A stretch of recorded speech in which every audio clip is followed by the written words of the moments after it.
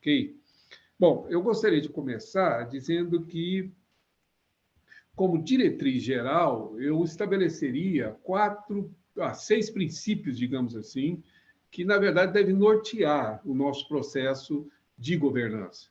E veja, não estou falando basicamente de gestão, não estou falando basicamente de planejamento, que são etapas, né, digamos, dessa governança, que são consequência da governança. Mas como a governança deve se postar, como ela deve, na verdade, observar, encarar aí a sua tarefa e, principalmente, como ela deve se pautar. Diretriz é isso, diretriz são princípios. Princípios se aplicam de acordo com circunstâncias, de acordo com realidades, contextos diferentes. O mesmo princípio em São Paulo, capital, vai redundar em práticas um tanto quanto diferentes do mesmo princípio aplicado, por exemplo, em João Pessoa, ou aplicado no sertão, porque, na verdade, a circunstância, o contexto muda, mas o princípio permanece. Então, olhando como princípio, como exatamente essa segurança em termos de governança, eu citaria esses 6 que vou mencionar e depois vou discorrer sobre cada um deles. Sem dúvida alguma, começando com accountability, que é um termo, obviamente, norte-americano, sem uma tradução precisa para o português, mas que é, sem dúvida alguma, um termo fundamental para quem, na verdade, vai desenvolver governança. Então, eu começaria exatamente com esse termo, do accountability, ok? Segundo, eu trataria com a conformidade, tá? Que é uma outra expressão importante na área social, cada vez mais relevante, inclusive na condição instável que temos juridicamente hoje no país, a questão de conformidade jurídica, de conformidade legal é fundamental. A terceira, a ideia de equidade, que precisa ser bem pensada, e aqui tem uma carga ideológica muito grande, tá? E eu daqui a pouco explico, mas a equidade, que é um princípio fundamental no exercício do que desenvolvemos. O quarto é a responsabilidade social, tá? Que hoje é bastante traduzida pela expressão também em inglês, já portuguesada, né? As pessoas não falam ESG, falam, na verdade, ESG, né? Que é como, na verdade, aparece, mas esse aspecto, obviamente, da responsabilidade social. O quinto ponto seria a transparência, tá? Que é também bastante requerido, né, de quem está no mercado, seja do segundo setor, mas seja especificamente do terceiro setor, onde a credibilidade é altamente necessária, e eu encerraria isso com a sustentabilidade, mas a partir de um conceito de economicidade. Tá? É importante, eu volto, então, a cada um desses pontos também. Então, são esses 6 pontos, e eu vou começar aqui com a ideia de accountability. Tá? Qual seria, na verdade, aqui a ideia em si? A palavra em si ela é difícil tradução, né? As pessoas usam muito como uma espécie de prestação de contas, mas ela é um pouco mais do que isso. Tá? Não é apenas prestar contas de. Accountability tem a ver, obviamente, com uma postura da governança relativa exatamente ao à sua atividade, né? É basicamente uma diretriz mesmo, é um princípio que norteia as atividades em si. Basicamente, talvez um bom exemplo seria o livro Princípio de Oz, que já está traduzido, publicado, do Roger Connors e mais 2 outros autores.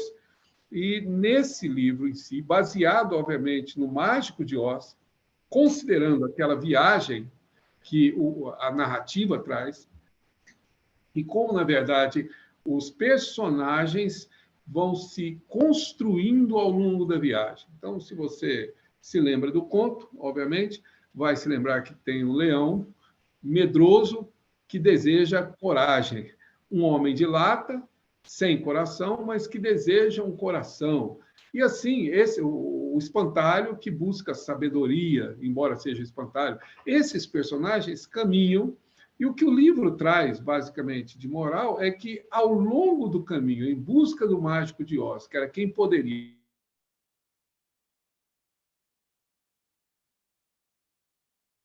conceder isso, eles desenvolvem. Então, baseado nisso, esses 3 autores traduziram a ideia de accountability a partir dessa perspectiva, em 4 premissas básicas.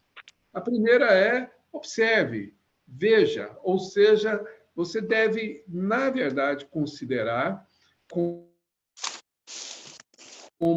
elemento essencial a identificação de quais são, de fato, os problemas, quais são as dificuldades, quais são as fragilidades, sem, de uma hora, momento algum, ocultar ou negar para si mesmo essas fragilidades que a instituição ou que a própria governança possua, ou que nós mesmos tenhamos em nossa limitação. Todos nós somos limitados, né? Até pela nossa própria confissão de fé, a gente sabe.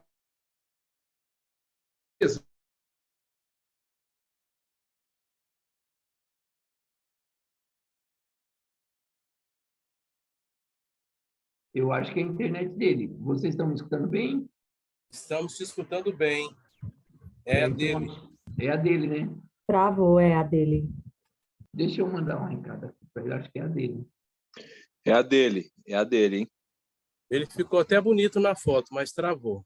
Em primeiro lugar, observar e entender onde estão as suas fragilidades. A gente precisa desenvolver aquelas áreas nas quais nós já somos mais fortes, onde as pessoas nos elogiam, onde as pessoas nos reconhecem. Então, nós nos reafirmamos. Joel, Sim. O teu vídeo deu uma travada de mais ou menos 30 segundos. Ah, é? Então, tá bom. Deixa eu retornar um pouquinho. Parou tá no primeiro princípio aí de Oz, o observar. Isso, observar. Então, observar tem a ver com essa ideia de entendimento, que eu devo, na verdade, buscar o entendimento acerca de mim mesmo como governante ou da instituição como governança. Tá? Então, veja bem, governança significa que existem limites, existem fragilidades, e eu preciso entendê-las, eu tenho que compreendê-las, eu preciso, na verdade, enxergá-las. Tá? No livro, inclusive, isso vem, claro, no termo do inglês, see it, ou seja, observe, enxergue, veja, entenda onde é que estão as suas fragilidades, sem ocultar, sem negar, tá certo? De nada adianta se nós nos enganarmos, julgando que temos determinadas capacidades que não temos. Então, quando eu compreendo e eu basicamente entendo onde estão essas fragilidades, eu tenho condições, sim, de desenvolver uma governança melhor.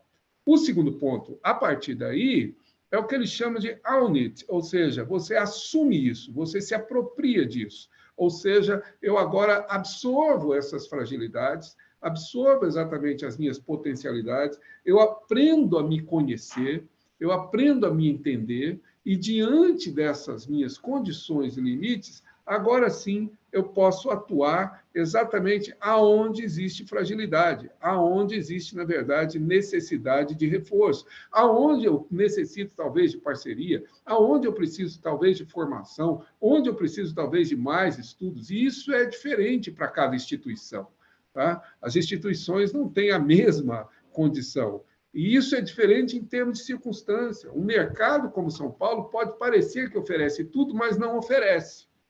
Tá certo? Nós temos determinadas deficiências aqui em São Paulo que talvez em João Pessoa vocês possuam com abundância. Tá? Então, é reconhecer e absorver isso, entender isso, compreender isso, assumir isso, apropriar isso, para, de alguma forma, realmente buscar o terceiro, dentro da accountability, que eles chamam de solucione o caso, ou seja, resolva. Então, onde existe a limitação, é onde eu vou atuar. Obviamente, agora eu vou buscar soluções. Eu vou buscar, na verdade, resolver essas questões. E vou buscar exatamente entender de que forma eu consigo resolver determinadas fragilidades, dificuldades, barreiras, obstáculos, limitações. Né? Para citar uma ideia, por exemplo, acabei de chegar da Bahia, onde tive oportunidade de estar junto com os colegas e vendo os trabalhos desenvolvidos lá, tanto com a igreja como trabalhos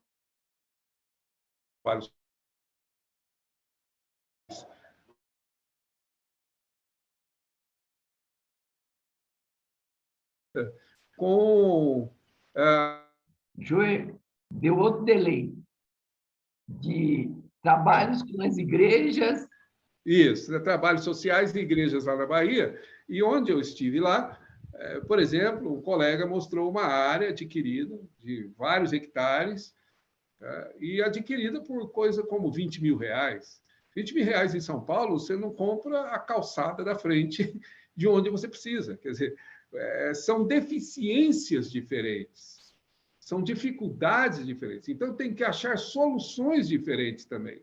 Não dá para trazer o modelo São Paulo, modelo Centro-Oeste, por exemplo, quando eu trabalhei, ajudei a montagem de uma associação agro no Centro-Oeste, e migrar isso, obviamente, para o litoral da Paraíba ou para o próprio sertão da Paraíba. Então, compreendendo essas limitações, eu vou buscar soluções exatamente para a realidade que tenho. E, diante disso, encontrando as possíveis soluções, aí sim o último ponto, que é fazer. O último pilar, como eles chamam, é você executar isso, é você buscar essa solução. Então, perceba como accountability é mais do que prestar contas na ideia de que eu vou dizer onde estão as minhas fragilidades. É, na verdade, eu compreendê-las, eu aceitá-las e recebê-las e possuí-las, ou seja, absorvê-las, exatamente buscar uma solução para elas e, obviamente, claro, executar. Mas accountability é um princípio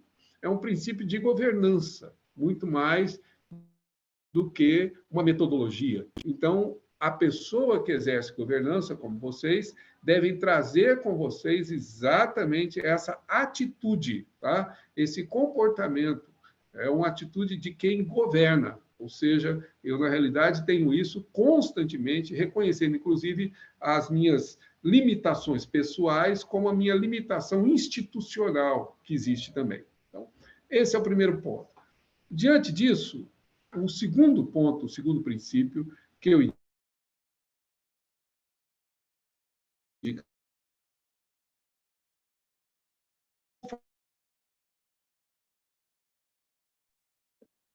Acho que está cortando a dele. Joê, deixa eu ver aqui. Quando ele voltar. Eu acho que a dele está um pouco instável. Deixa eu só deixar ele voltar, que aí a gente já fala.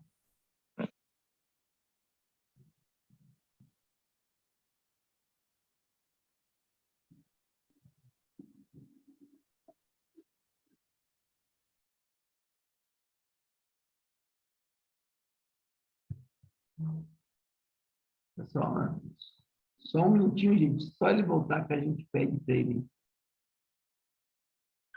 ver o que está acontecendo. Travadinha boa, hein? Conformidade legal, de conformidade com a lei. Eu tenho que entender, afinal de contas, ver. Acho que deu outra travada aqui, né? Outra travadinha no teu.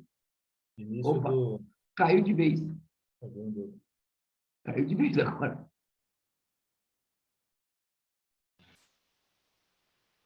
Voltou. Agora, voltei. Júlio, Isso. é a Onde partir do estava? segundo ponto. Isso, a partir do segundo ponto, que é conformidade, né? E a ideia de conformidade está diretamente relacionada à ideia de uma conformidade legal, de uma conformidade regulamentar. Não dá mais para nós trabalharmos ignorando aquilo que a legislação estabelece. O pessoal tem dito, geralmente, aí, que no Brasil, o Brasil não é para amadores. E a área do terceiro setor, menos ainda, tá? Nós estamos num momento, inclusive, bastante crucial, de uma fragilização muito grande, com as mudanças de governo. Eu falo mudanças porque tivemos a mudança de um governo anterior, agora a mudança novamente, e a queda de legislação, a constituição de novas legislações, e tudo isso afeta diretamente essa ideia de qual cenário. E em condições instáveis, até os investidores saem do país, né? Tiram seu recurso daqui. E, no nosso caso, em momentos de estabilidade, nós precisamos ter muita conformidade. Então, observe, eu tenho que entender das leis, eu preciso compreender. Algumas instituições, algumas empresas, inclusive, ela constroem um departamento para isso. Eu não diria que vocês deveriam ter um departamento Mas é importante que, numa estrutura governamental, numa estrutura de governança, vocês tenham atribuições. Quem estará com a atribuição de acompanhar os processos de mudança legislativa? Quem será? Para acompanhar, veja bem, desde que de um projeto é colocado, desde que uma PL está no mercado, vai entrar, vai ser discutida, eu já tenho que estudar para entender quais são as tendências. Então, eu preciso ter pessoas que estejam, na verdade, se dedicando a isso e se preparando. Tá? Em momentos de instabilidade, o que nós precisamos é antecipar os problemas, antecipar as dificuldades, e a gente faz isso, obviamente, estudando os cenários. Então, conformidade legal, ela é hoje fundamental e tem que fazer parte, né? Eles dizem que tem que fazer parte da cultura da organização. Eu diria que a governança precisa absorver isso. E, claro, não é possível abarcar todas as tarefas de uma governança, mas alguém dentro da estrutura, né, seja uma pessoa voluntária, alguém afeto a questão, a área do direito, ou seja alguém, digamos, que faz parte da equipe mesmo, que é contratado, etc., precisa receber pelo menos a atribuição. Eu não diria montagem do departamento, mas pelo menos a atribuição de acompanhar e de realmente fazer esse caminho do que nós chamamos de conformidade. Dentro da área de conformidade, existem 3 aspectos sempre que nós devemos buscar. A primeira delas é a preferível, é a chamada de prevenção. Quando eu analiso as minhas atividades e percebo que algumas delas correm risco de, tá? Aí entra toda a discussão da compliance, aí, mas tem risco, tá? Eu tenho uma área de risco, eu preciso, na verdade, prevenir, que é o melhor de todos os cenários. Tá? Eu vou prevenir. Algumas ações já estão em andamento, então eu detecto o problema. Tá? Eu não estou prevenindo antes que aconteça, mas eu detectei que o problema aconteceu. E aí eu preciso atuar exatamente remediando isso, né? Ou seja, de alguma forma atuando para corrigir o problema obviamente, aqui, da minha não conformidade legal. Ou, obviamente, o último ponto, que seria aquele aspecto já de relatar, quando o evento aconteceu, quando o dano está aí eu preciso relatar, eu tenho que reportar isso à governança, a governança tem que ter consciência disso, e a partir daí, realmente, a gente tentar construir uma conformidade. Então, esse é um processo, digamos assim, par e passo dentro da governança, mas é o segundo ponto, eu diria. Terceiro, a equidade. É muito importante a gente lembrar que, como eu disse, equidade não é sinônimo de igualdade. Tá? Não é sinônimo de igualdade. Durante muito tempo, se defendeu a ideia de que temos que tratar todas as pessoas iguais, mas esse tempo passou. Tá? Precisamos tratar todas as pessoas com equidade. E aí, muito cuidado com a inserção de ideologias que vem acompanhada. O princípio da equidade é extremamente sadio. Por exemplo, eu não posso tratar uma pessoa, uma grávida, do mesmo jeito que eu trato uma mulher ou um homem que, claro, obviamente não está grávida, ou seja, são condições diferentes, o tratamento é diferente, portanto, o tratamento aqui é de equidade, embora não de igualdade. Os dois não pegam a mesma fila, tá certo?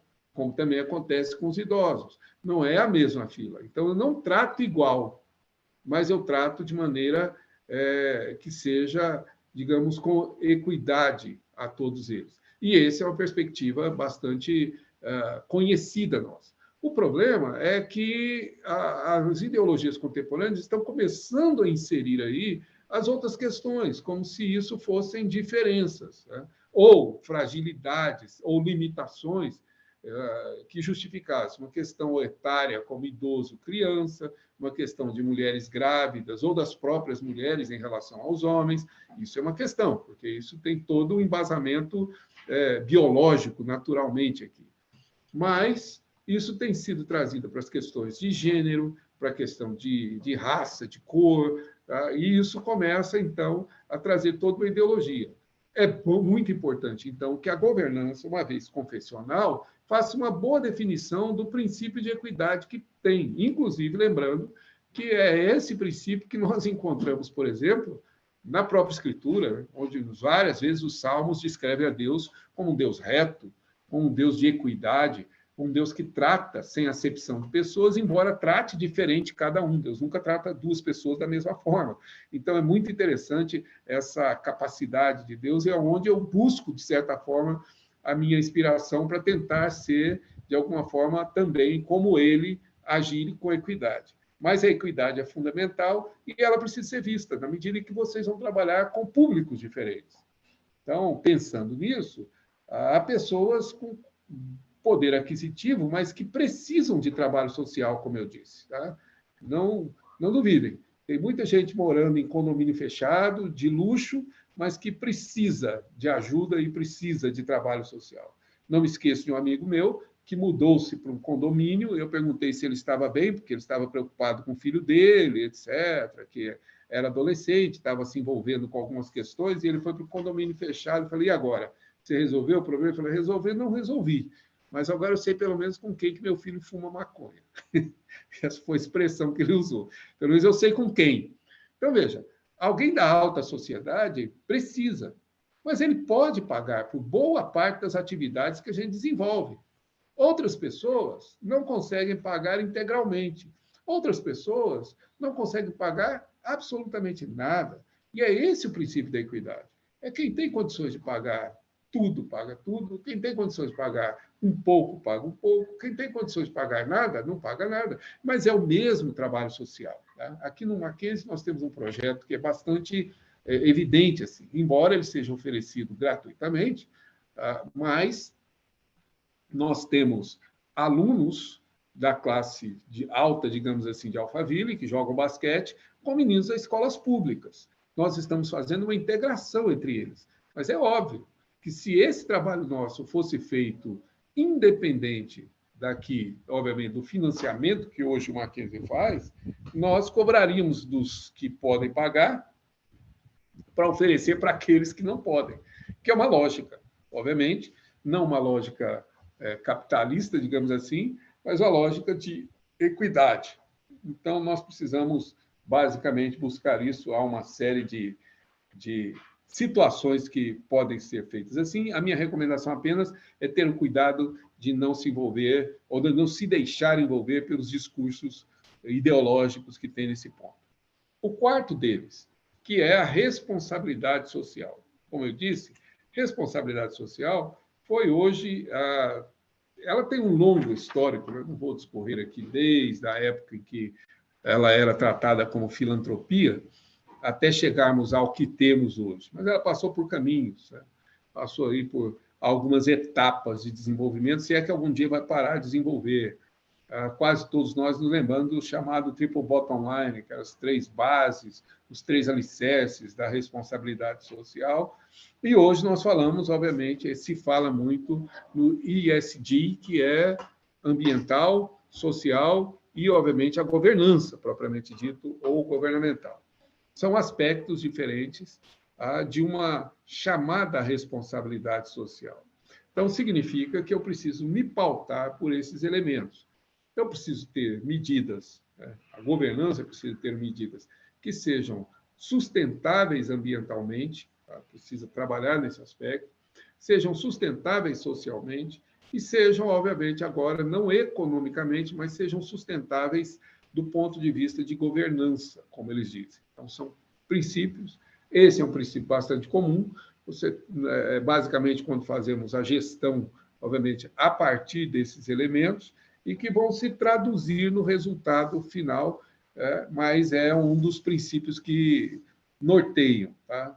Obviamente, o princípio são pilares que estabelecem a nossa responsabilidade social. Hoje, por exemplo, agora, recentemente, foi anunciado que o Banco do Brasil e a Caixa, etc., ia fazer um financiamento e que esse financiamento que eles vão abrir, ou que pretendem abrir, etc., para as empresas, para iniciativa, obviamente, aí na área rural e, obviamente, para todos os demais que necessitam desse tipo de financiamento, estaria atrelado a exatamente seus compromissos ambientais.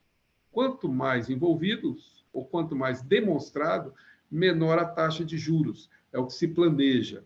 Hoje é muito exigido e, obviamente, faz sentido, né, que nós tenhamos esses compromissos, claro, não os tratando a partir das premissas que eles têm, da nossa premissa criacionista, obviamente, mas já faz sentido que eu tenha esse cuidado com o social, com o ambiental e com a governança, que é chamada ESG. Tá?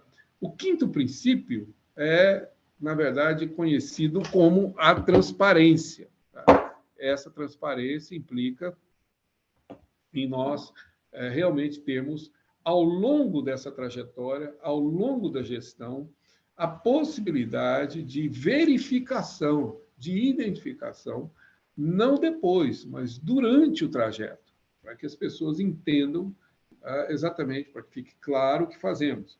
No mundo corporativo, a transparência é necessária para os acionistas e para os chamados stakeholders, aqueles que estão envolvidos, cadeia de fornecedor, cliente, etc. No nosso caso, nós temos, na verdade, um conjunto de uma sociedade que usufrui ou que contribui com o trabalho social. E essa sociedade tem que enxergar-nos por dentro. Tá? Ela tem que ter. Para nós, credibilidade é fundamental. Tá? A ação social hoje no Brasil se desenvolve sobre o alicerce de uma credibilidade. Quando a gente cruza a linha da credibilidade, a gente ganha, obviamente, aqui o mercado, digamos assim. As pessoas querem contribuir, querem ajudar, e etc. Então, credibilidade é essencial. E para obter credibilidade, eu preciso ser transparente. A pessoa precisa enxergar o que eu faço. Ela não pode ter dúvidas nem suspeita do que está, de alguma forma, ocorrendo, né, no meu processo, na minha governança. Então, ela tem que estar transparente e, basicamente, é como a gente conduz essa transparência. Ela tem algumas ferramentas que eu cito rapidamente aqui, que foi indicada até por um autor chamado Lauretti, mas, se vocês quiserem pesquisar depois, ele trabalha com o IBGC, que é o Instituto Brasileiro de Governança Corporativa. Tá? Mas, basicamente, ele indica as seguintes ferramentas para a transparência. Quais seriam as ferramentas que eu uso para deixar bem evidente o que faço? O primeiro deles, o relatório anual, tá? Que tem que estar ali e demonstrar exatamente o que eu realizo, tá? O exercício das minhas atividades diante de um bom relatório anual. É importante. Ali é que eu me deixo demonstrar exatamente o que eu faço. Esse relatório deve ir, ou seja, as minhas ações devem ir além da lei. Não basta eu cumprir o que a lei determina. Eu tenho que fazer mais do que isso. Até pelo nosso compromisso confessional também, a lei é mera consequência. Mas eu vou fazer além disso. E isso deve estar evidente também no relatório. Embora existam elementos não obrigatórios, eu o cumpro. E eu cumpro, obviamente, para alcançar esses objetivos estabelecidos lá no ISD. Tá? Todo relatório ele precisa ser conciso, tá? Objetivo. É um outro cuidado, porque senão nós vamos fazer um relatório que ninguém lê. Né? Uma biblioteca cada vez se lê menos, tá certo? Antigamente você se despedia com um boa noite, Deus te abençoe. Hoje em dia, se você tiver no WhatsApp, é só BLZ, né? Beleza. E aí já se despediu. É a ideia de que cada vez se usa menos palavras. Então, é importante dizer muito em pouco. É importante ser conciso nesse relatório, tá certo? E o relatório ele precisa ser relevante, ele precisa ter materialidade, ele precisa apontar para aquilo que de fato é relevante. Deixa eu me dar aqui um exemplo muito breve. Uma vez recebi um relatório de uma instituição, e a instituição, ela, na verdade, trabalhava com reforço escolar. Mas o relatório veio com números de quantos lanches foram distribuídos, quantos, sabe? Isso é uma atividade subsidiária. Né? O que eu gostaria de ter visto é quantas crianças tiveram melhoria no desempenho acadêmico, já que o objetivo era um reforço escolar, para poder medir o resultado daquilo que eles estavam realizando. Então, eu preciso ter relevância. É preciso que os meus objetivos me deem, obviamente, o conteúdo do meu relatório, as minhas metas. e não o que eu fiz subsidiariamente para atender isso. Eu cito num cantinho, numa nota de rodapé, e é o suficiente. E, além da relevância, sempre que for fazer, e aí vem um dado para ajudar na concisão, se vocês puderem, use o máximo possível de infográfico. Tá? Uma imagem nos revela mais do que, obviamente, um conjunto de palavras. Tá? Hoje, ultimamente, tem usado muito o chamado Power BI, que é um programa que trabalha com desenvolvimento de dashboards. O dashboard é muito interessante, muito prático. Então, você consegue, com um bater de olhos, em uma única folha, ter um relatório que provavelmente seria de 20 páginas para eu explicar. Mas um olhar ali já faz todo sentido. Então, use os infográficos, use imagens, sempre. Tá? E evite as narrativas romantizadas, porque a realidade é a realidade, o que é dificuldade é dificuldade, o que não foi alcançado, não foi alcançado, o que foi alcançado foi, não precisamos encher o nosso balão, o que a gente precisa é dizer no relatório onde conseguimos chegar e onde não conseguimos chegar. Tá? E lembre-se também, um outro ponto fundamental, o relatório, sempre que fizerem, um case, ou seja, um caso pessoal, uma história de vida, fala mais do que muitas palavras. Tá?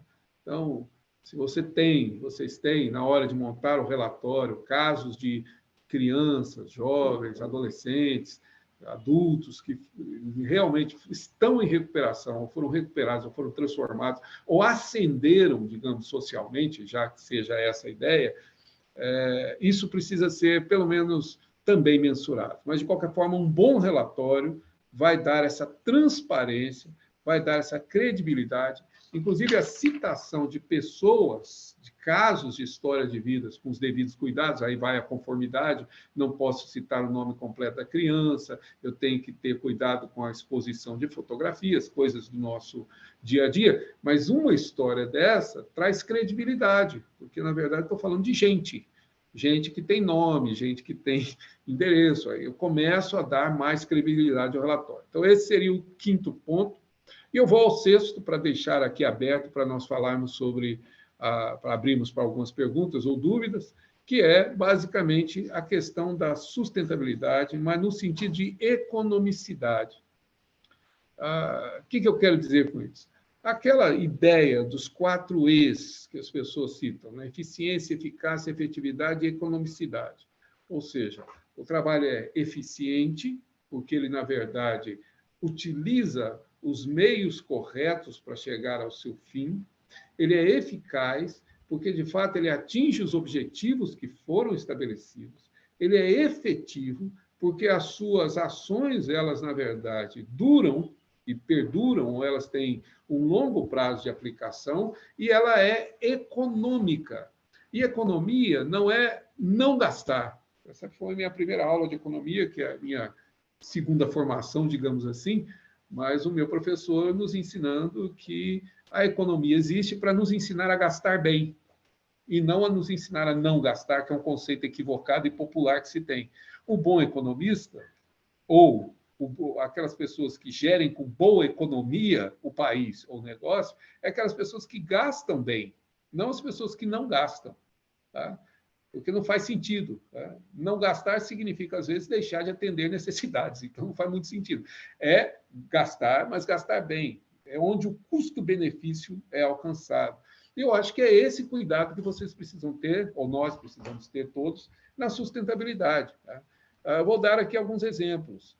Por exemplo, eu compro uma impressora cara, necessária para o desenvolvimento do trabalho.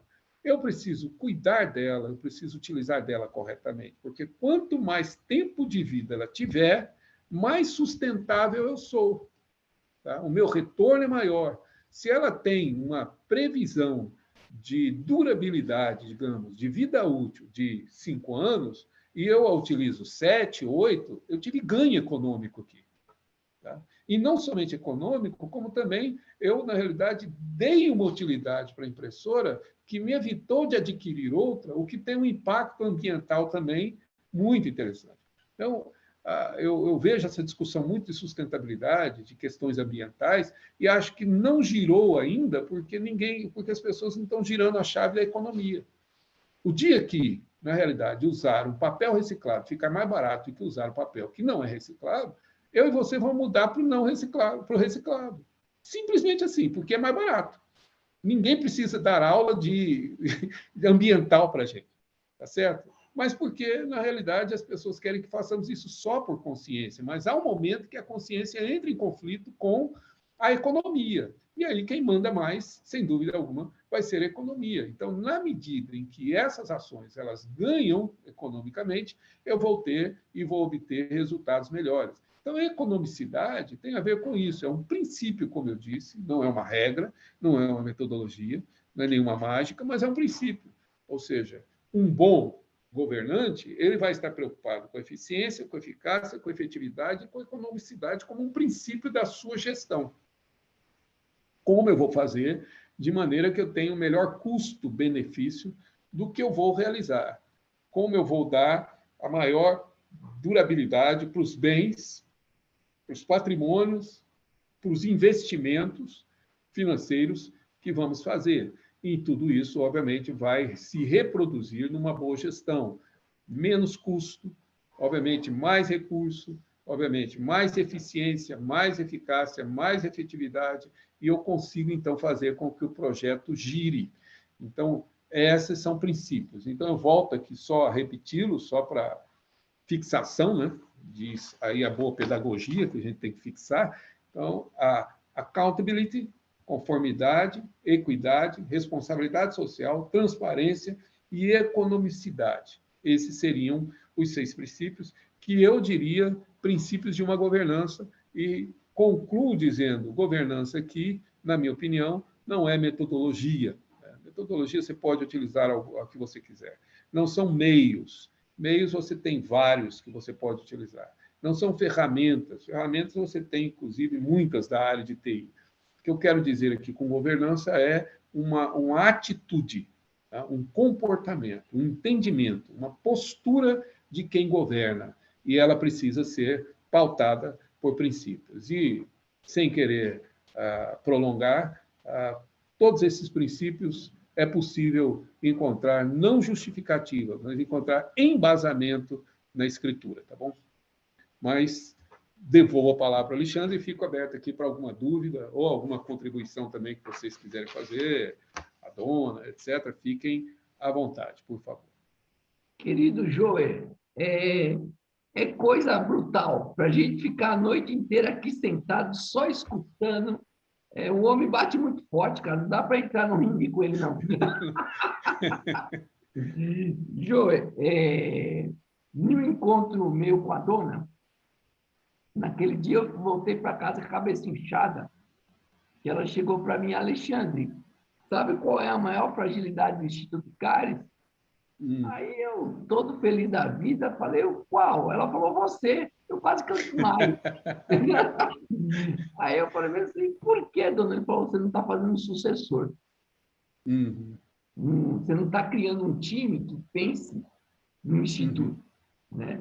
E aí a gente começou a formar novas pessoas, capacitar novas pessoas, e a gente tem essa historinha para contar.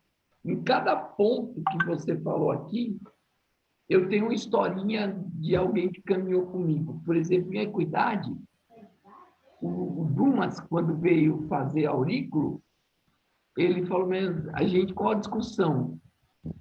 Vamos atender pessoas que têm condição econômica ou não?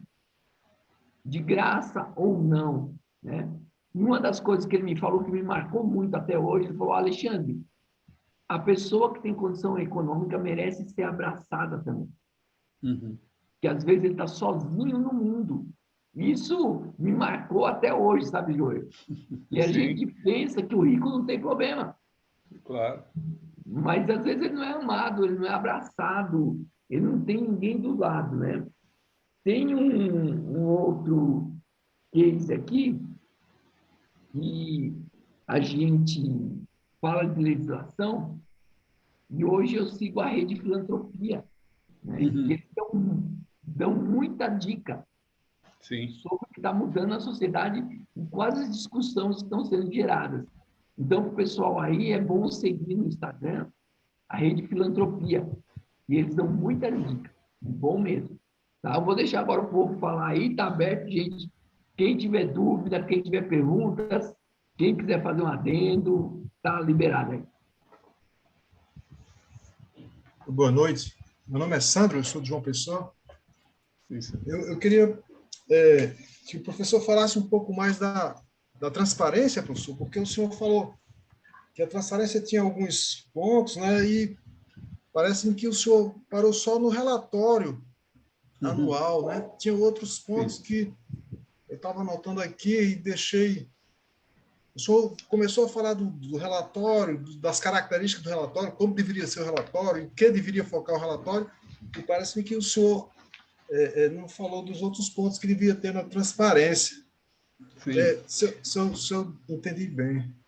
Sim. Então, pensando em transparência, você precisa sempre imaginar para quem eu devo ser transparente, tá? Quem deve me enxergar e até onde deve me enxergar. Por transparência, não significa que a sua instituição esteja totalmente aberta, como nenhuma empresa pode estar, entendeu? Isso é sobrevivência, inclusive, dentro de mercado, e não há necessidade.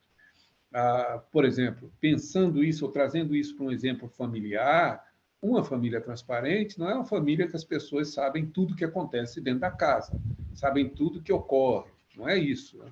Mas as pessoas conhecem, sabem quem são, sabem como são esses relacionamentos. Então, qual é o nível? Onde é que eu faço a linha de corte daquilo que eu vou apresentar?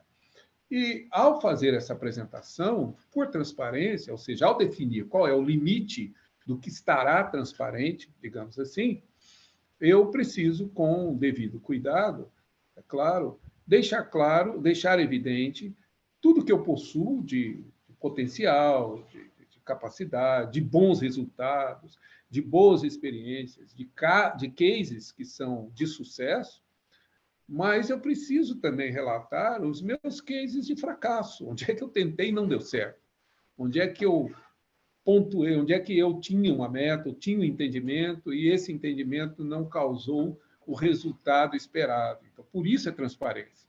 É porque, na verdade, eu sou honesto na minha informação. Para quem? Esse é o ponto. Para os meus stakeholders, como eles falam. Quem são eles? Por exemplo, para os meus financiadores, para os meus voluntários, para aqueles que participam, seja no sustento, no apoio, eles precisam saber onde deu certo, onde deu errado.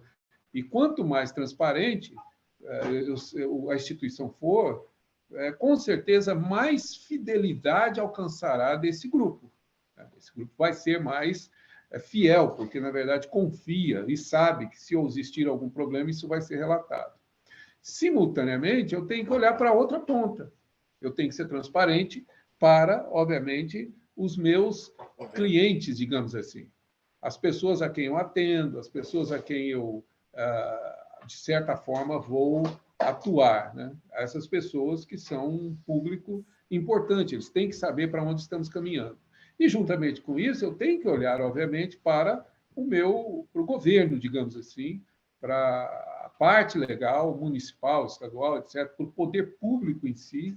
E eu preciso deixar claro, eles precisam ter acesso às informações que são necessárias, tá? E somente aquelas que, de fato, são necessárias.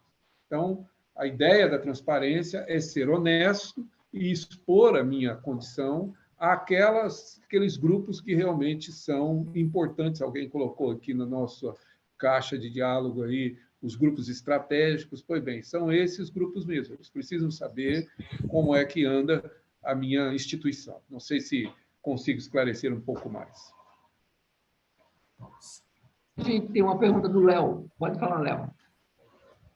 Joey, muito massa esses conceitos, alguns bem novos e aparentemente contraditórios, mas eu percebo que você deve ter aí uma ilustração, gostaria mesmo de uma ilustração, porque a gente não tem problema nenhum de falar das nossas vitórias, das nossas conquistas, né? Mas eu achei muito interessante a questão da clareza também nas nossas falhas.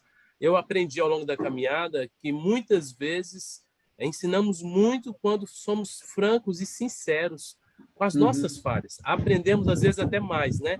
Você teria Sim. um case, alguma coisa aí que poderia servir de ilustração, até mesmo até onde seria essa transparência de falar das nossas falhas também? Só para Bom, eu despertar aqui o vou. Tico e o Teco. Não sei se vou conseguir responder, se não, me avise, eu procuro um outro case, mas é um caso recente agora, conosco aqui, falando de um caso, já sendo transparente com vocês. Então, tá bom? Nós temos um grande projeto nosso, que talvez seja o projeto mais conhecido, que é o Mackenzie Voluntário, tá? Que é uma plataforma, não é bem uma plataforma, é, na verdade, um projeto de desenvolvimento, de estímulo ao voluntariado. O nosso objetivo é, em primeiro lugar, né, entre outros, mas em primeiro lugar, desenvolver a cultura do voluntariado, né, nas pessoas que trabalham conosco. E, claro, muitos deles dependem, são, né, de projetos carentes, não têm o recurso financeiro necessário, precisam de ajuda. E uma das ajudas que eles precisam é, basicamente, transporte. Por exemplo, eu estou com um projeto agora, que deve acontecer em julho, em que o que eles me solicitaram foi o transporte para locomovê-los São Paulo até Paraíba. A ideia é isso, se eu não me engano, o nome da cidade é Caridade, tá? E eles iriam até Paraíba desenvolver o trabalho, tá certo? Agora, qual que é a situação? Eu tive que ser franco. Eu poderia dizer a eles que estudar o caso deles, poderia, na verdade, dar outras justificativas, dizer que existe uma norma para a quantidade de quilometragem, mas não é nada disso. O problema é que eu não tenho dinheiro, entendeu? O orçamento está mais curto. Então, eu procurei as pessoas que geralmente nos solicitam isso, projetos que já estão conosco há muitos anos, alguns deles há mais de 10 anos, e disse, olha, este ano, a não ser que haja uma mudança, não tem. Então, se prepare. Vou levar o assunto para a minha governança e dizer, não tem. Aí a decisão de vocês, se vocês disserem que não tem, eu vou voltar e dizer que esse ano não posso fornecer, ou se vocês resolverem ajudar de alguma forma, então aí sim há uma dotação orçamentária necessária. Mas foi melhor, tá certo? E aí, claro, quem está comigo sabe que ao dizer isso eu estou sendo franco, estou sendo aberto, não estou escondendo o jogo. Eu não tenho outra justificativa. Agora, a ideia é trabalhar com equidade, ou seja, eu não vou fornecer para alguns e vou fornecer para outros. Eu estou dizendo que não tenho, e a minha posição, essa, pelo menos até agora, não tenho para ninguém. A minha preocupação é se eles me derem só a metade, aí eu tenho que escolher qual metade eu vou atender. Vou ter que ser franco, vou ter que ser aberto e dizer, eu vou atender A por esse motivo, B por aquele motivo, vou atender as regiões mais próximas, porque eu consigo atender mais pessoas, eu vou atender mais longe, porque eu atendo pessoas mais carentes, eu vou ter que achar um critério e deixar esse critério claro. Então, para citar um case, é abrir o coração e não ter medo. Tá bom? Não sei se ajuda aí, mas é deixar claro exatamente isso em termos de relatório, em termos de projetos, em termos de trabalhos, etc. Perfeito, perfeito. Obrigado. Joé, o Roberto está falando aqui que conheceu o programa Mackenzie Voluntário na Bahia, né? Oh, maravilha. Lá em Campo Formoso. Isso é brutal. Campo Formoso, sim. Gente, mais alguma perguntinha aí para o professor Joé? Dona querida, a palavra é sua. Você fale aí um pouquinho com a gente. Está tão quietinha. Muito obrigada, pastor Joyer. Muito bom te ouvir. Obrigado. Eu escuto em português, eu não estou no Brasil já faz um tempo. Eu escuto as pessoas falando em português, instituições de referências como o Mackenzie e tudo, o Alexandre, olhar vocês aí, eu não estou vendo vocês na tela, mas tudo me enche de muita emoção. O Brasil, eu sou feita de verde e amarelo, então Brasil sou eu. E olhar o povo reunido, a serviço do reino, é uma coisa que me impacta muito. Queria só comentar um pouquinho sobre a questão da transparência, que um deles mencionou, o pastor mencionou também um relatório de atividades anuais, pontuando vários aspectos. Eu sou da área jurídica. Eu acho que ter a documentação em ordem, a documentação jurídica em ordem, é um grande instrumento de transparência, né? Ter um conselho fiscal idôneo, que não seja familiares, que não seja gente envolvida, né? Que não seja pessoas que tenham antecedentes criminais, é instrumento de transparência. Ter uma auditoria terceirizada ajuda também, né, pastor Júlio? Sim. É um conselho que você consulta sobre as atividades. Digamos que você vai criar um projeto de esportes, tá? Sua organização vai desenvolver um projeto de esportes e você não entende de esporte. A diretoria não entende de esporte, ninguém entende de esportes. Mas se você tiver um conselho, um grupo que você consulta, que são de especialistas nessa área, poxa, esse é um instrumento de transparência e é um instrumento de legitimidade do teu trabalho super bacana, né?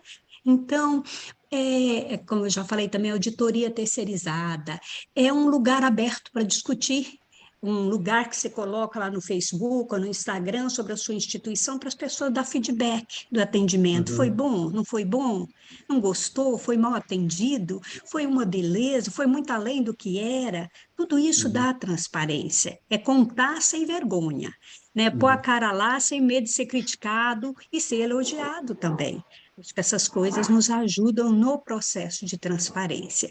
A ter assembleias verdadeiras, que a gente, às vezes nós vamos falar sobre a constituição jurídica, mas a gente cria e as pessoas nunca aparecem, nunca discutem nada. Às vezes ficam 2 ou 3. Isso não é legal.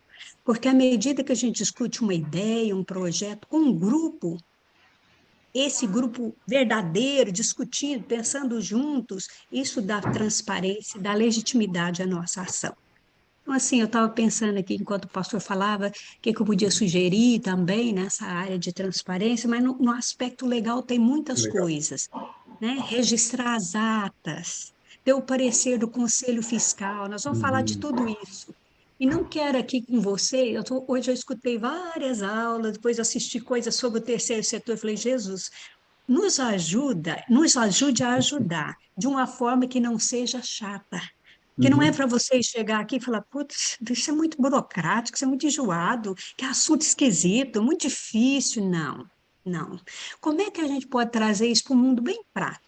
E não importa, se Deus colocou o chamado no coração de vocês, Ele vai trazer pessoas para próximo para ajudá-los. É desafiante, é grande, somos criticados, somos observados, transparência é uma coisa importantíssima. Mas não tenha medo e começa onde você está, e ele vai te dar instrumentalidade. Mas é isso, sem medo de dizer o que não sabe, né? Sem Isso. medo, né, pastor Joel? Vamos lá. Isso, é assim, agradeço até e faço aqui algumas observações.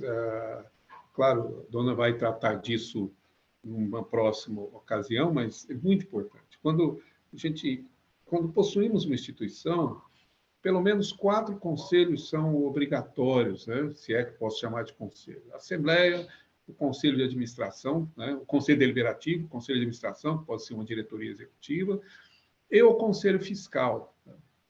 E eu sugeriria do foco, a atenção em 2 aspectos. Primeiro, um bom conselho fiscal, que de todos parece o mais menosprezado.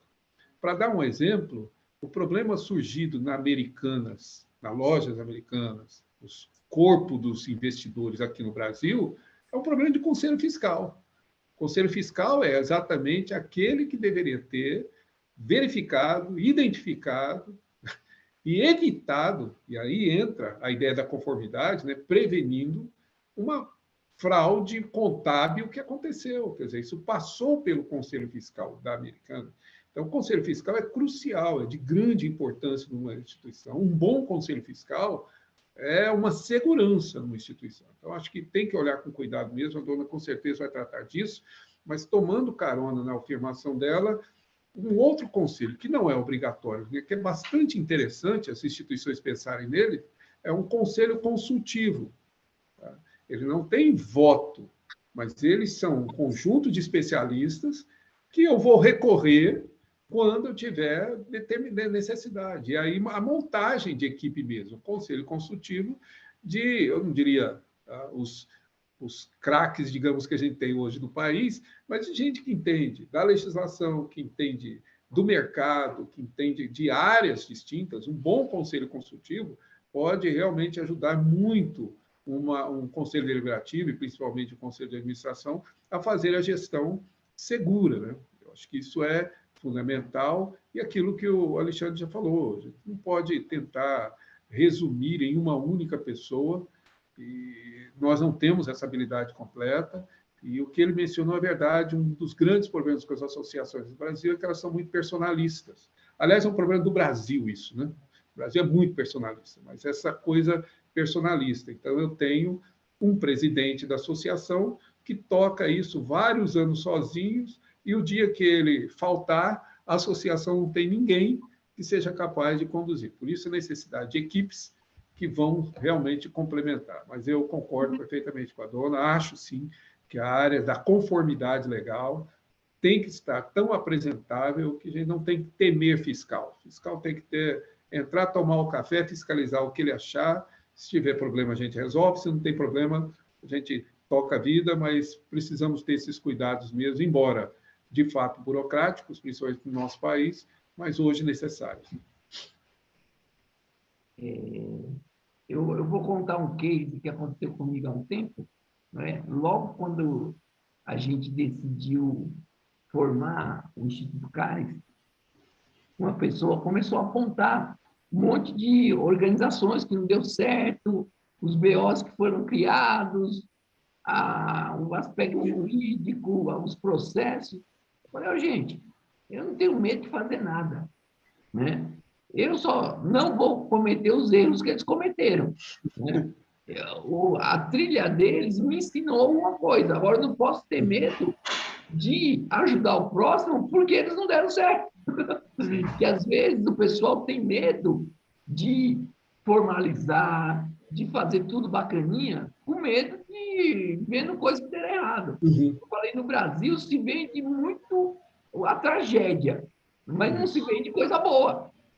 Tanto é que o jornal é 90% tragédia, mas coisas boas não se falam, né? Tanto é que em todo ambiente, corporativo ou não corporativo, quando vai fofocar da vida dos outros, falar mal, tem um monte. Agora, falar bem são poucos, né? Então, eu falei, vamos ver o lado bom da coisa. Olha quanta coisa boa dá para fazer no terceiro setor, né, Joito? Muito, muito. Dá para fazer grandes coisas, coisas maravilhosas. Não, eu queria que você falasse, meu amigo, eu estou achando você tão calmo. Hoje, o que você tomou? Você tomou alguma coisinha para ficar calminho hoje?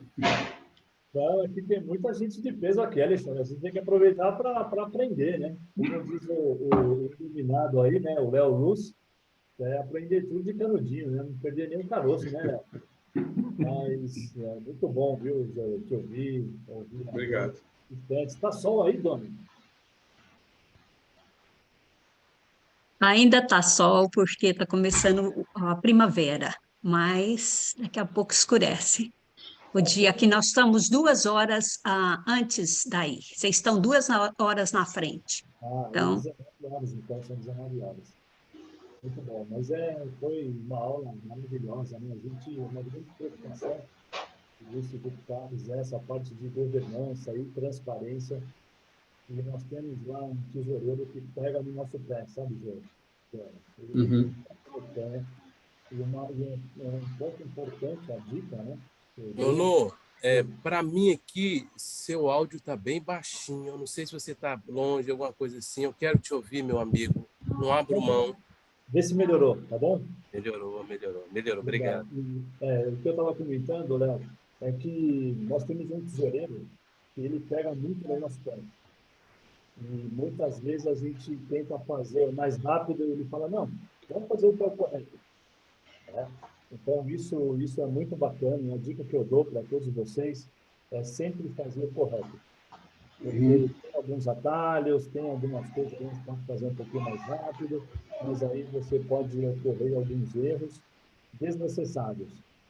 Então, esse expertise, essa experiência das pessoas próximas faz toda a diferença.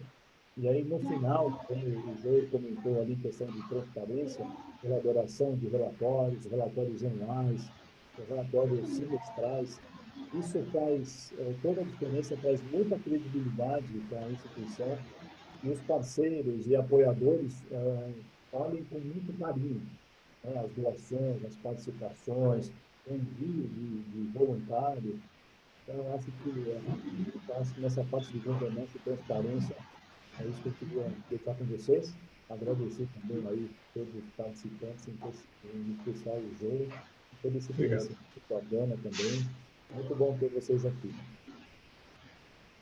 Quando eu começo a falar, eu não paro, mas só queria comentar um negócio, porque eu assisti às aulas anteriores de vocês, as que foram gravadas. Hoje eu estou assistindo a aula do reverendo Joyer. E quando nós formos falar da parte jurídica, nós vamos falar de Constituição. Como é que funciona, o que vocês querem constituir, como é que dá nome, tudo direitinho. E nós vamos falar da constituição do documento que fundamenta, que começa a organização. E uma coisa legal seria a gente colocar os nossos princípios, as nossas diretrizes de governança no nosso estatuto. Se tiver bem claro para vocês, assim, uma coisa bem concreta, bem transparente, assim, não usa a palavra conformidade, equidade, pode usar, mas você tem que entender o que é isso para você, na sua organização. Então, se a gente encontrar um jeito de vocês darem conta de falar de um jeito assim, bem expresso, isso vai ficar muito legal. Vou mostrar a vocês assim na prática, como é que a gente usaria esses conceitos que nós estamos aprendendo juntos aqui. Vai ficar bem prático. Vai ficar bem prático. Mas guarde esses 6 princípios para a gente pensar, quando vocês forem pensar no estatuto, na criação da instituição, ou na alteração do estatuto, na remodelação. Como é que você usaria? Que palavra você usaria? Se a gente fosse falar para vocês falar 6 princípios que norteiam o jeito de vocês funcionar, a postura, a cultura da instituição, tá certo? Então, nós vamos usar, guarda aí. Esse accountability, como ficaria no estatuto? Ficaria com esse termo mesmo. Ele é conhecido como, por exemplo, vários outros termos que usamos já aportuguesado, né? Então, isso é bastante conhecido. Mas é possível traduzi-lo com outras expressões, né? de outras formas. E a ideia é que, como a dona disse, traduza isso. E assim, para não tomar mais tempo, e acho que minha última palavra, só não introduzir o 7º princípio, tinha que ser 7, né, para ficar bem bíblico mesmo, mas o 7º princípio, que valeria a pena pensar também em uma outra ocasião, discutir isso, vocês discutirem isso, né, ou buscarem uma aula, um debate sobre isso, que é o princípio, para mim, que é fundamental ou essencial, que é o da confessionalidade. Então, somos confessionais, não temos vergonha de ser o que somos, e a confessionalidade é que direciona todos os demais princípios, é o alicerce deles. Então, eu fecharia com esses 7 princípios, considerando a confessionalidade também. Tá? E podemos, sim, traduzir, digamos, a accountability para um outro termo português. Como eu disse, não há uma tradução perfeita, né? Não há uma tradução, digamos, em português, uma palavra que traduza completamente, mas podemos utilizar, inclusive, como disse a dona, um conjunto delas para poder explicar como é que entendemos esse princípio. Ô, Joé, aqui a Isadora está elogiando, fala que estuda os 3 setores na academia e que até então ela não tinha percebido o termo equidade, né? E quando eu dou aula de equidade no SUS, eu falo assim, ó, que é a gente atender a pessoa conforme a sua necessidade. Isso. Na área de saúde, a gente chega um cara para mim, um com dor de dente, outro sem dente, outro com dor na língua, então atende todo mundo. né? É área de saúde, mas cada um com um problema diferente, né? E eu acho que as instituições têm que pensar nisso. Olha, eu tenho um foco em equidade, eu vou atender as pessoas conforme a sua necessidade. Não é isso? E Sim, do ponto de vista, gostou. do ponto de vista bíblico, inclusive, Alexandre, um bom exemplo disso é exatamente a chamada parábola do filho pródigo, né? Onde o pródigo é o pai. Ele tem 2 filhos, trata os filhos de maneira diferentes, porém com equidade, de maneira justa com os 2. Aí, eu estou falando que eu estou no meio dos brutais, Léo. Eu estou no meio dos brutais, não adianta. Gente, queria agradecer muito a disponibilidade do reverendo Joel, né? Que agradeço. Abrir uma lacuna na sua agenda. Eu sei que a agenda dele é complicadíssima, né? Mas ele está aqui com a gente, é uma bênção para a gente, porque o homem transpira isso, né? Ele transpira o que ele fala. Isso é muito bom para a gente. Dona é outra que vive e transpira o que ela fala, né? A gente está na mão de gente boa. Eu queria agradecer a disponibilidade do Joel, da Dona, e não sei como agradecer vocês, de vocês me mentorarem e toparem mentorar esse povo também, que agora eu estou trazendo um monte de filho atrás de mim.